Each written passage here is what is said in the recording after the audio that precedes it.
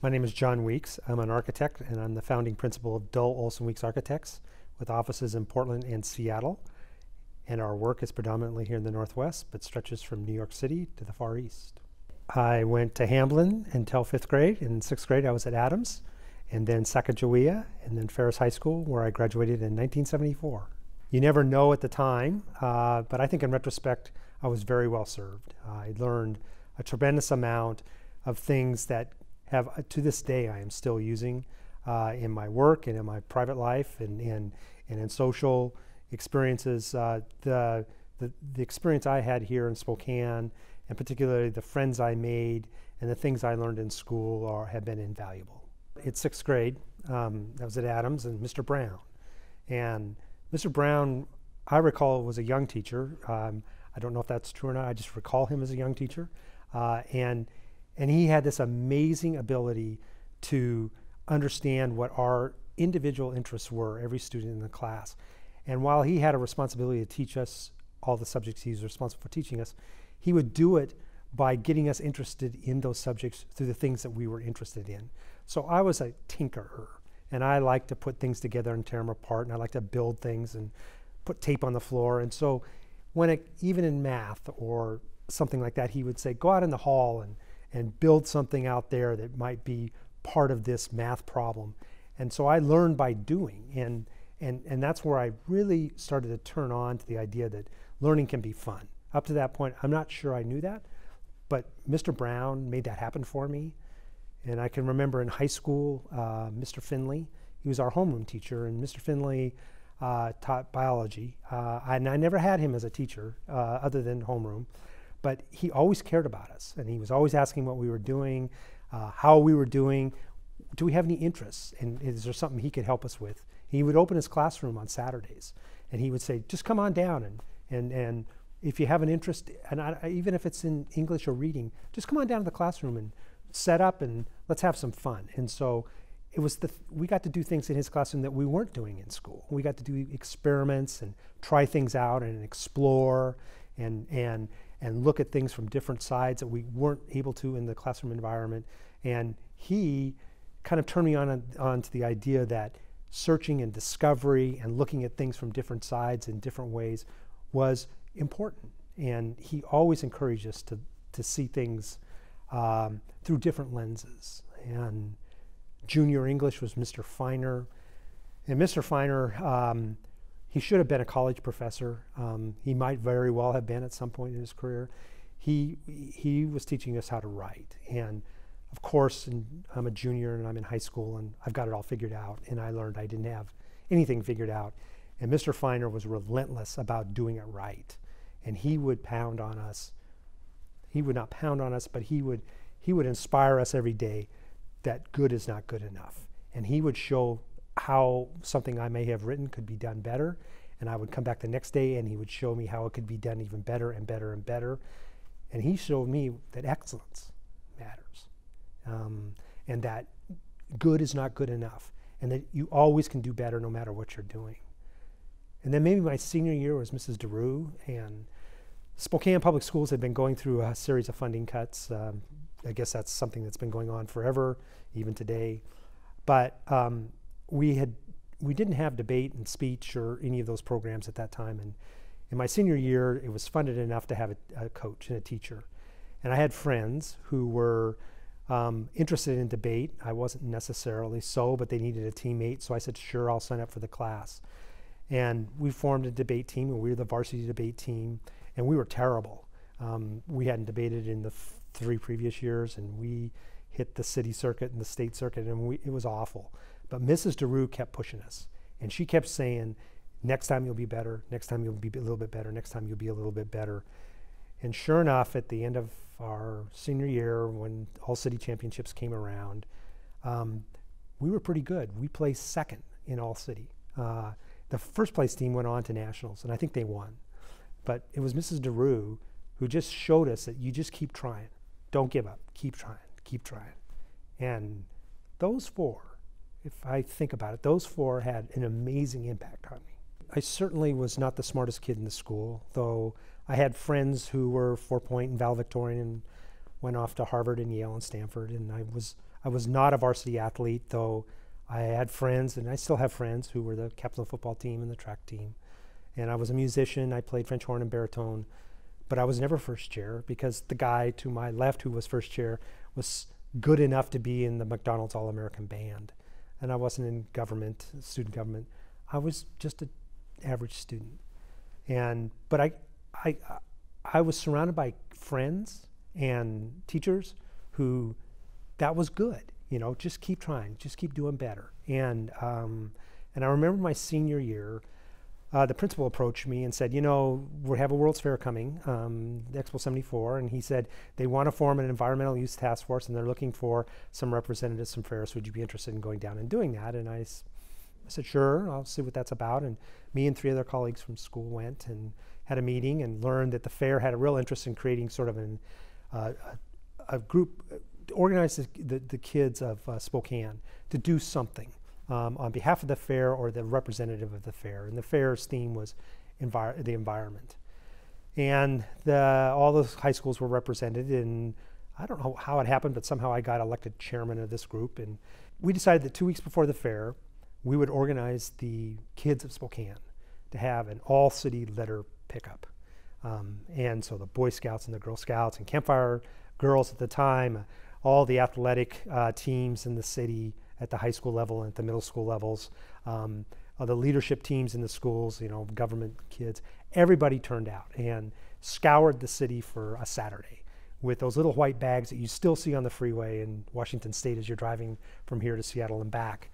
And in one day, we picked up something like 95 tons of litter.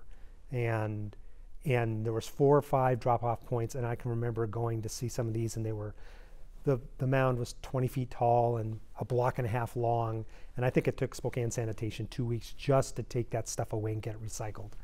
But it taught me, I mean, kind of all those things in school kind of came to a head, and it taught me about leadership, and it taught me about, you know, giving credit where credit is due, and organizing, and being able to communicate in ways that people will act accordingly, and being able to hear and listen from people's ideas and saying, yeah, we should do that, and inspiring people to move forward. So I may have been a B+ student, but I think it all sort of kind of came together in my senior year.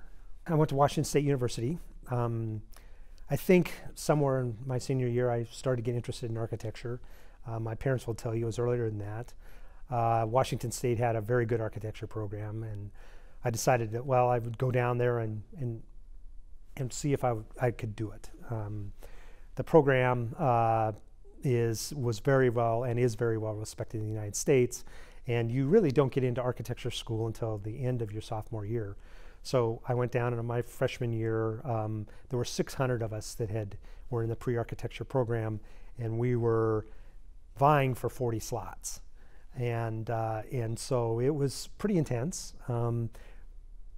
But something happened. I went from a B+ student to a 4-point student. I really liked learning, and I kind of fell in love with architecture. And so when that May date came in end of my sophomore year, I was accepted into the school with 40 of my classmates. And for the next 3 years, I was in the professional program in architecture. I spent I spent about 6 months abroad, going to school at the University of Copenhagen, and came back and finished my degree in 1979. And on the day of graduation, I learned I had received the American Institute of Architects Gold Medal for Student Achievement. And I was told that I had graduated #1 in my class. I had a number of job offers while I was in my last semester at WSU. And one of those job offers was from a very prestigious international and national architecture firm called Skidmore, and Merrill, SOM. They were probably the best in the world.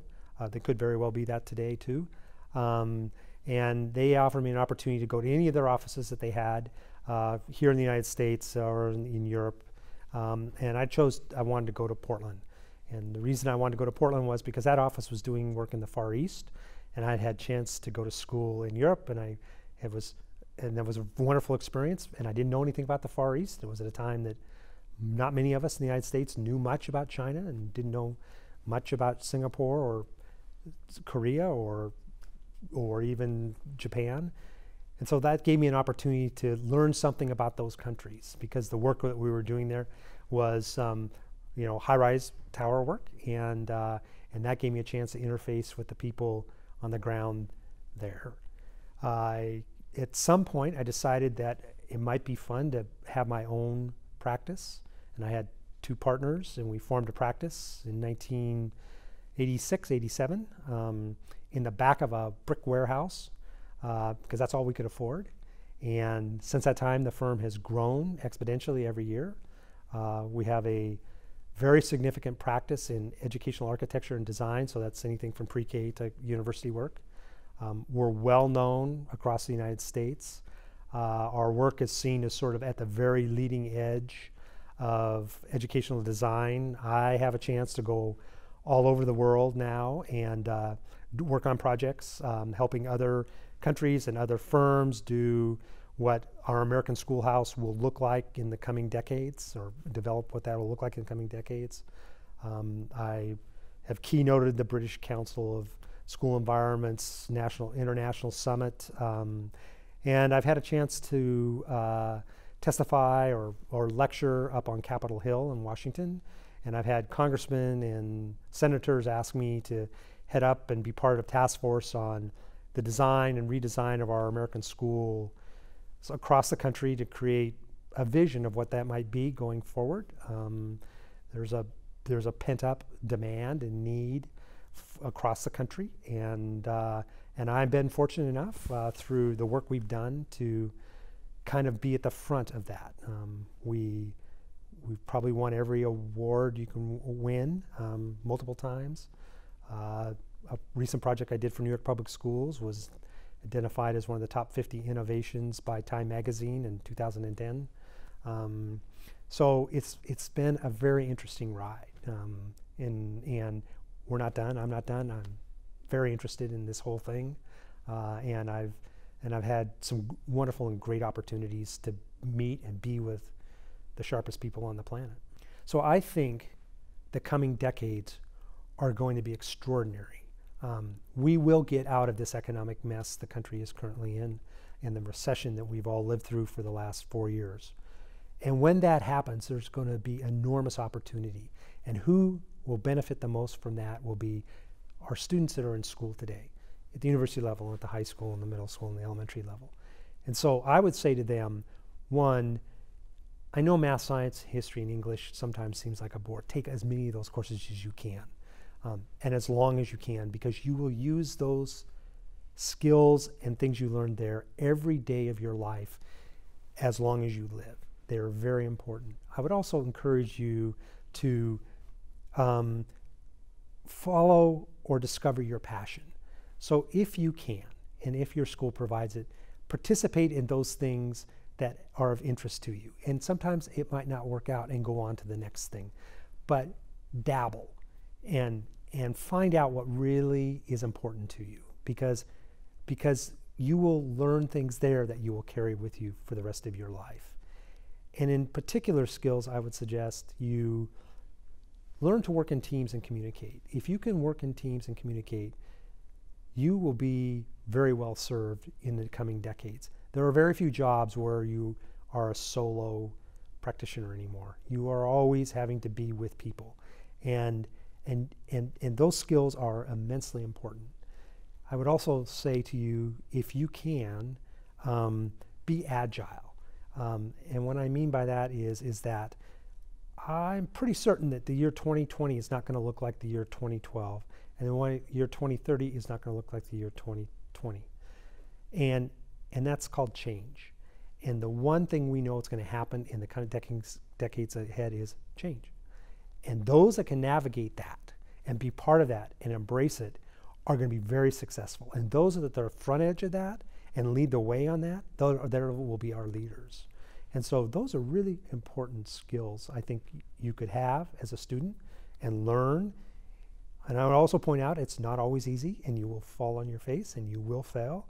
And failure's okay. Pick yourself up, learn from that, and move on. I do that every day, and I learn from it. I would say Always have a smile on your face, because some days are harder than others, and they always will be harder than others.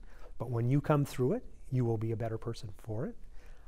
And I would say have joy, because you have an enormous amount of opportunity laying ahead of you in the coming decades, more so than I ever had. And I hope that you do everything you can to take advantage of it. I think Spokane Public Schools served me well. I mean, I think that's important to say. And you don't know that while you're there, and you certainly don't understand it while you're in the middle of it.